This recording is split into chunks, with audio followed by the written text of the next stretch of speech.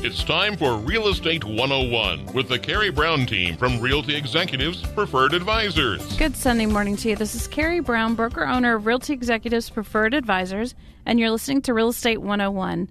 Today I'm here with James Sandstrom. He is the principal at Hayden High School. Good morning, James. Good morning. How are you? I'm doing great. Thanks for having me. Sure. I'm happy to have you here. So today we're going to be talking about all the different things that go on at Hayden and the culture and all the great things that people need to know whenever they're making a decision, because obviously in Topeka you have quite a few choices. You could do public or you could do private. So we just wanted to educate the community a little bit more about the different school systems. We're halfway towards finishing out the school year, so now's a good time to be looking ahead and planning if you're going to make some changes. So let's talk about the culture in general at Hayden. What makes you different? Obviously, we are a Catholic school, and so we start with that. All of our curriculum involves faith-based. So we bring religion into all of our classes, not just our theology classes. Our culture is going through a change right now, I would say. With new leadership brought in 2 years ago, there's an energy in the building that hasn't been present for a while, and it's reflected in our enrollment numbers. We have 30 more students this year than we did last year, and that was the first increase in enrollment for the last 10 years. That's awesome. So whenever you say the different culture changes, we were talking during the break about community systems and groups that you guys have put into place. Let's talk a little bit more about that, because that's definitely different than what the public school might do. Absolutely. One of the changes we brought in this year, we stole the idea from St. James Academy over in Lenexa, but it's called the community system. We're basically breaking down the class system and putting our school into communities. So we have a little over 400 students. So what we've done is split up them into 4 equal groups of roughly 100. And then within that 100, we split them up into 5 groups of 20. And within that 20, there's 4 or 5 freshmen, 4 or 5 sophomores, 4 or 5 juniors, 4 or 5 seniors. And then we've also rearranged our school to also reflect our emphasis on community. And we've put our lockers in with communities. So the seniors no longer have their hallway, and they weren't real happy about that. But they've moved on, and they're really happy with the changes also. But our freshmen are right there with our seniors, and enables the freshmen to get to know some of those upperclassmen and realize that they're not as scary as they thought. And within our house time, which occurs once a week, they get together as a community. The teacher gets to know each one of those students on a one-to-one basis, and they get together, play games, have some fun, and then we have community events. We've actually had some really great community events this fall. The highlight for me was probably our construction project. We had the students bring in donated food items, canned items, and then with those cans, they made a construction. And we had a life-size operation board. We had an R2-D2. We had some football fields that were designed using cans of food, and there were regulations that they had to follow, and we made a competition about it. They had 40 minutes to put it together, and we raised over 6,000 cans of food that were donated to harvesters. And it's great that you donated to a charity all by doing, something fun that they got to interact together with. So the poor seniors, they didn't get their last hurrah of torturing younger, not that they torture them, but, picking on the younger classmen. They do a great job with our underclassmen. We heard some rumblings about not having senior hallway.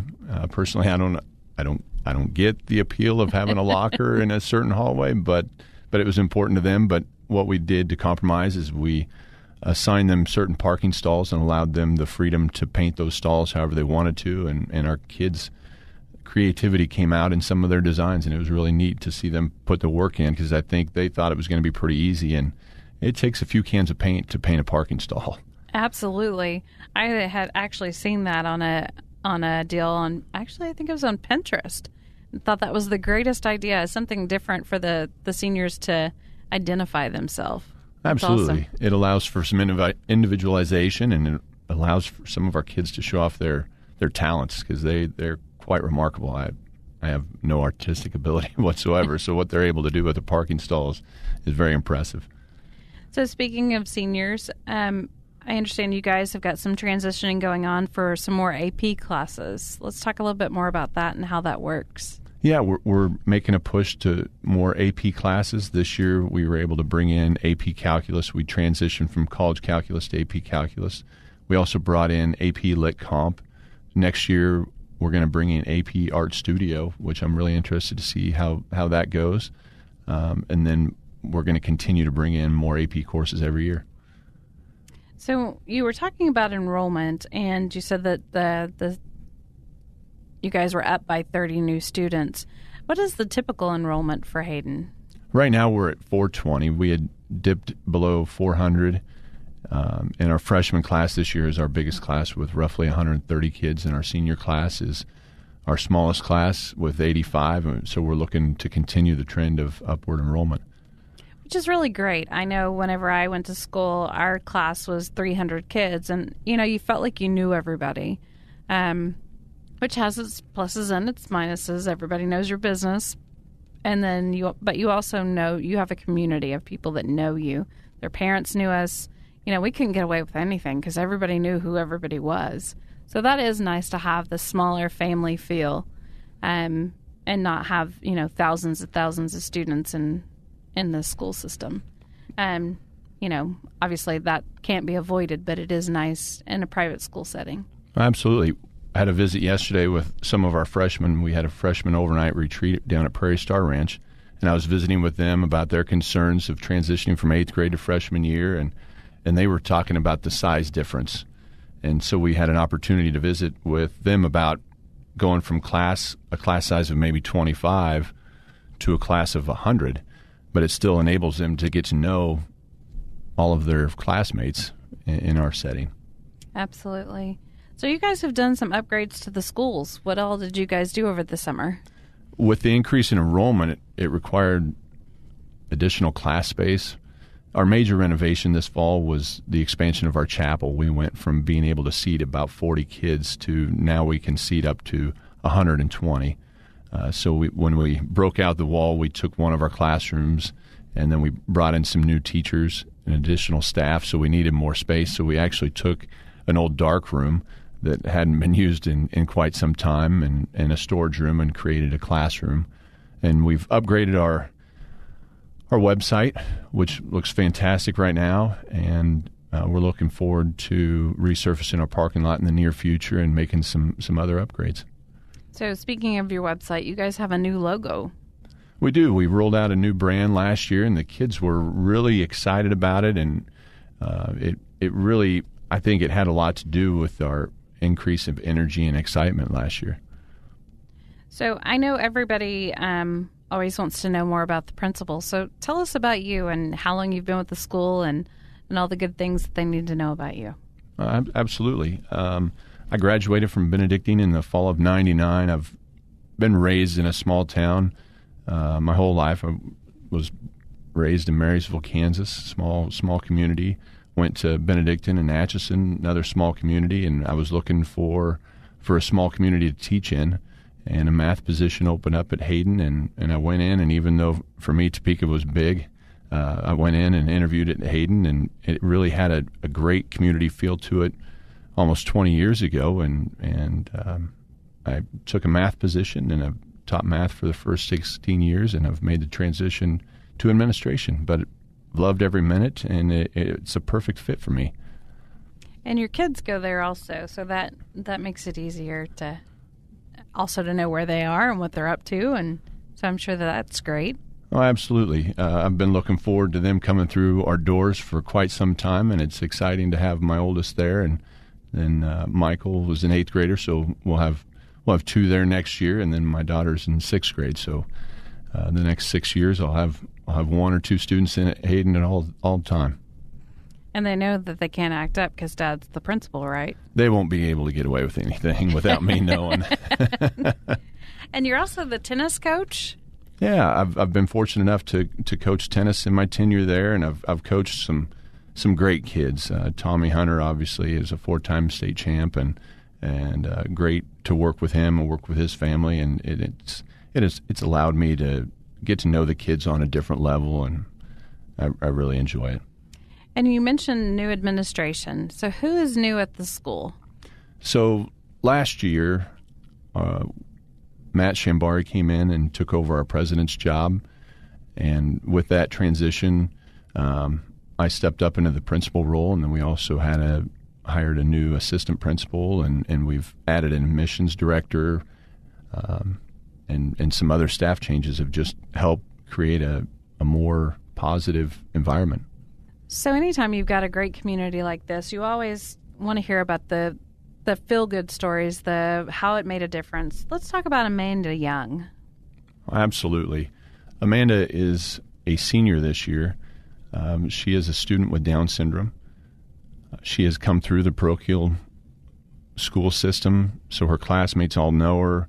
They all accept her. She's one of the class, but she's had quite the outstanding fall. In early September, the seniors nominated her to go up for homecoming queen. And then our process is they do some skits, and then the entire student body votes on who the homecoming king and queen are. And at our homecoming football game, she was recognized as our homecoming queen, which was a great experience for her, and it was great for our kids.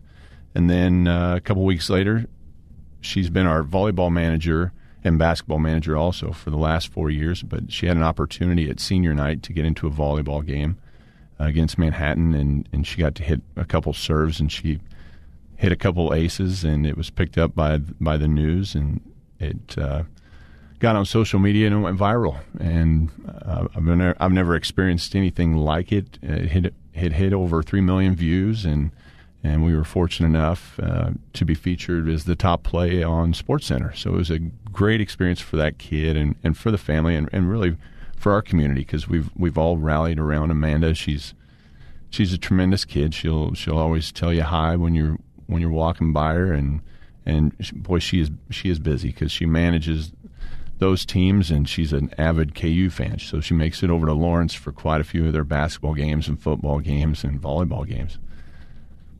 That's amazing. Now she's actually a celebrity. 3.1 million? That's crazy. She is, but it's not getting to her head. I was having a conversation with her mom, and we were talking about being the top play on SportsCenter, and she was watching it with Amanda, and Amanda was more impressed with the number 2 play than she was with her own. That's awesome. So we're going to take a quick break to hear from our sponsors, and we'll be back after the break to talk more about school safety and different programs that we do to help with the school system. Southwest Topeka has a good neighbor. State Farm agent Jim Garrison, now at 29th and Urish. If your current insurance situation has you going around in circles, get off the roundabout and stop in and meet Jim and his wonderfully efficient staff. Let Jim Garrison give you a quote and make the Garrison comparison. He's confident that with State Farm's competitive rates, the right coverage, and his unmatched service, you'll want to make him your new insurance agent. Like a good neighbor, State Farm is there, and Jim Garrison is there for you, northeast of the roundabout at 29th and Urish. This is Stephen Parkin at Invista Credit Union. Purchasing a home is one of the most exciting and important decisions someone can make. Let me tell you why Invista is the best choice for financing your new home purchase. First, quick pre-approval process. Our fast decision-making gives you the power to act quickly and make an offer on your dream home. Second, local servicing. We service your mortgage in-house. You won't get a long-distance runaround, but a committed professional whose only job is to help you. Third, experienced team. We are dedicated to simplifying the process and educating you through the home buying process. Come by Invista. It's okay to dream. In fact, it's encouraged. We are your home buying partner. Give us a call at 785-228-0149. Thanks for joining us again. This is Karey Brown, broker owner of Realty Executives, and you are listening to Real Estate 101. And I'm back with James Sandstrom. So let's talk about, I know that it's past now, but on November 3rd, you guys had a serve day. What all do you guys do, and how does that help benefit the school? This was our first annual serve day, and what we did within our community systems is each house was assigned to a different charity, whether it was a manor or Let's Help, We had some kids go to our local parishes and assist. They were doing odds and ends jobs, from raking leaves to playing bingo with the elderly. We were wondering how it would be received by the community and by our students, because we haven't done anything like this, and the experience was great. The kids came back. We had a rally at the end of the day, and all the feedback was very positive. We had a football game that night, and I talked with a number of people that just went out of their way to let me know how much they enjoyed it. I think that's great. Anytime a kid can go out and see someone, not necessarily less fortunate, but in a different phase in life, man or care. We're all going to get old someday, or older, and need help, and not everybody has that family support system or someone to sit and talk with them, or you do make a difference when you do that. Oh, absolutely. And watching some of our kids get over some of their fears and their anxiety, and talking with people that they didn't know, whether it was elderly or people down at Habitat for Humanity or wherever. But it was kind of great watching them transition to being very comfortable after starting out with, I don't know what to say, but it was a great experience. Yeah, most of the time they're so eager to have someone to talk to. You get to listen more than you do talk. So I think it's always great to hear someone's story and what defined who they are today. So let's talk real quick. I know our Giving Back program is kind of confusing. Realty executives, we decided that we wanted to give back to the community in some way. There's so many charities and so many wonderful, wonderful things that we could do to give back, but we wanted to keep it local. We wanted to make a difference in our community. So one of the things that we did is offer to do a Giving Back program to the school systems. We also do it with charities. And how it works is anyone, you don't have to be an administrator or a teacher or anything like that, or even work for the charities. But if you're passionate about a charity or a school system, you just say, listen, I'd like for you to donate to, like, say, for instance, I know we've donated several times to Hayden. One of the families had a student that had gone there, or some have grandkids, and they were passionate about Hayden and wanted to donate. So we take 5% of our commissions and we donate it to the school. We do not upcharge the seller or the buyer. That is literally from our own commissions. And that's just our way of making a difference. So we'd love to do the same thing with churches. Anyone that has, a passion about something, the deal is we either help you buy or we help you sell. So from that, we donate back. And so if you're interested in that, be sure and give us a call at 785-213-5188. On to the safety of schools. I know a lot of places have implemented drug testing. You've been doing that for quite a while, correct? We've had it in place for quite a while, and there's nothing more important than keeping our students safe. So we implemented a drug testing policy where we randomly select a certain amount of students each month, and they submit a hair sample, and we send it off to get tested, and then get the results a couple days back. And then from there, we support the students. Absolutely. I know that that's been quite controversial. My kids are in a school system that just implemented that, and there's a lot of different views on whether or not that's a violation of their privacy, or some parents feel pretty passionately about not doing it. My personal opinion is I think I would rather know now if my kid had a problem than send them off to college and not know and not be able to do something to help them. Plus, I think that they're at such a formative age that they succumb to peer pressure a lot easier. So I think it's a great program. I mean, obviously there's a problem in all school systems. I mean, I don't think any single school system is immune to it. So I definitely believe that it is a good thing. Again, I know that everybody has a different opinion or could swing the other way, but I think that having the opportunity to find out while they're still young and do something to help them so that they don't go down to a path that, number one, it affects them mentally, to where they can't come back from it. I mean, we've all seen the stories of the people that have gone so far that their brains are just fried. I think that's now's the time to make a difference, not wait till they get to college and hope that you catch it whenever they're home for, a couple of days. So I definitely think that is a good thing. Well, and high school students mature in the 4 years that we have them, and kids are going to make some choices that are questionable. It's part of the maturing process, and what we hope in our drug testing policy is we give them a tool that allows them to say no. Sometimes peer pressure is tough, and sometimes it is tough for kids to stand up for themselves. But if they can use our drug testing policy as a reason to say no, because I may get drug tested, then we really see it as a win and a great way to support our kids and their families. Absolutely. I think anytime you can make a change and it be a positive change, I'm sure that the school systems have seen a decrease or a decline in drugs usage. I think it makes a big difference. Yeah, we take a survey each fall where the kids self-report drug use, and our self-reported drug use has diminished more than half. I believe our percent was at 2% this fall, for example, and that's tremendous, and that use can be anything from one time to habitual. But we've seen an overall increase in academic performance, athletic performance in the last 8 years since we've had the program. Not to mention the fact with all the new drugs and the home-cooked mess that they've got on the streets anymore, it's great to give them a reason to say no.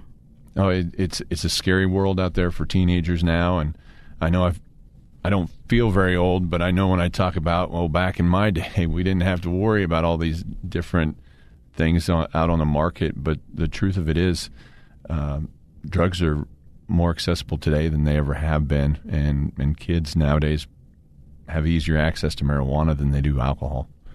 Absolutely. There are several. I know when my oldest was in school, and I don't know that it's still going on today, but they would raid grandparents' and parents' drug cabinets, put them all in a bowl, and you pop one. You have no idea what you were taking. So, I don't think any parent wants to see their kid in a hospital. So I definitely think that is a positive thing to be doing for all school systems. So let's talk about the enrollment process. Say you want to transition to a private school, say you're public, and they want to come to Hayden. What would they do? Oh, absolutely. First, I would like you to know that we have roughly 5% of our students are non-Catholic. So we do welcome all students and they don't have to be Catholic. They will be part of our theology curriculum because we do think that's very important. But our enrollment process, our enrollment season has started, and we have an admissions director, Sherry Kafer, and she does a tremendous job of bringing the kids in for a shadow day, which consists of them going. They partner up with a freshman with common interests, and they go with that freshman throughout the school day and experience the classes and the teachers and the atmosphere that we have. And then we follow up with them. And right now we're in the application process where they can hop on our website and apply. And then if they are eligible for financial aid, because we have 30% of our students that are on financial support. And we want to make Catholic education accessible for everyone.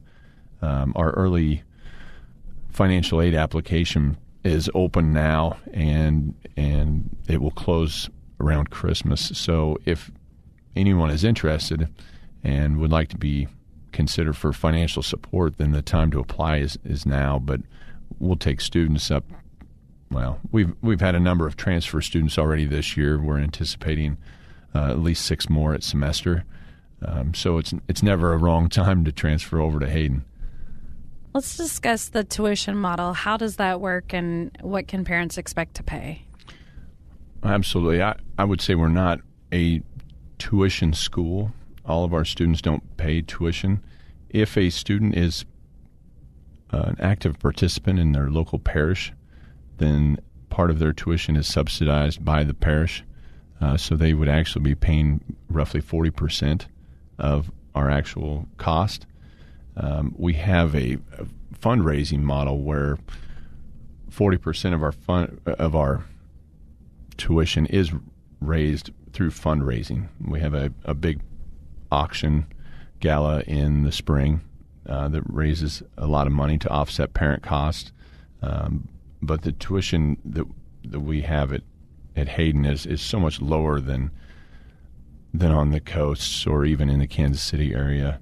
Roughly right now, our parent costs, if you're a tithing member of a parish, is around $5,000. And I was fortunate enough to go out and visit a high school in California a few weeks ago, and their tuition was $18,000, and their facility was unbelievable. They had 1,200 students. It was remarkable. Wow. So fortunately, we're not on the coast. I'm sure that their view was probably great too. It was pretty rough. They had almost beachfront. Yeah. Wouldn't that be nice? So let's talk about your website. Where can they find out different things that you guys have got going on? Yeah, we've just redone our website, and it looks fantastic. We are at www.haydencatholic.org, and they can find anything from our daily announcements to our calendar to the application is actually online. We have ways that you can check your grades online if you're a student or if you're a parent there and track the progress. Anything you would want to know. Our athletic schedules are on there. Our class offerings are on there. It's really an all-inclusive website. So what sports and events do you guys have coming up in December that the community could visit just to see if that might be a place that they're interested in? Absolutely. We just finished out our fall season, a very successful fall season. We won a girls golf state championship and had the individual champion there, Caroline Setter.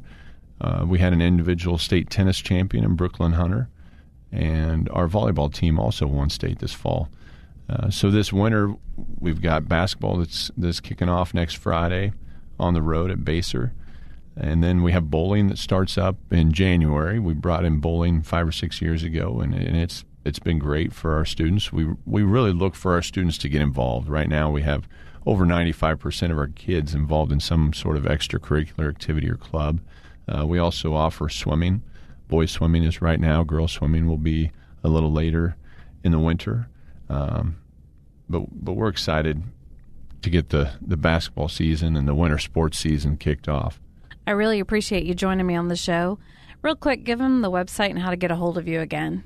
Absolutely. www.haydencatholic.org. And if you're interested in coming over for a visit or setting up a student shadow day, your contact would be Sherry Kafer in our admissions office at 785-272-5210, extension 110. And if you're looking to buy or sell, please give us a call at 785-213-5188. If you're looking to buy anywhere in Northeast Kansas, visit our website at nekansashomes.com. That website has the Topeka, Lawrence, Manhattan, and Kansas City MLS on it. So it's the all-inclusive. You can see any home in those areas. It also goes clear down to Emporia, so all of Northeast Kansas.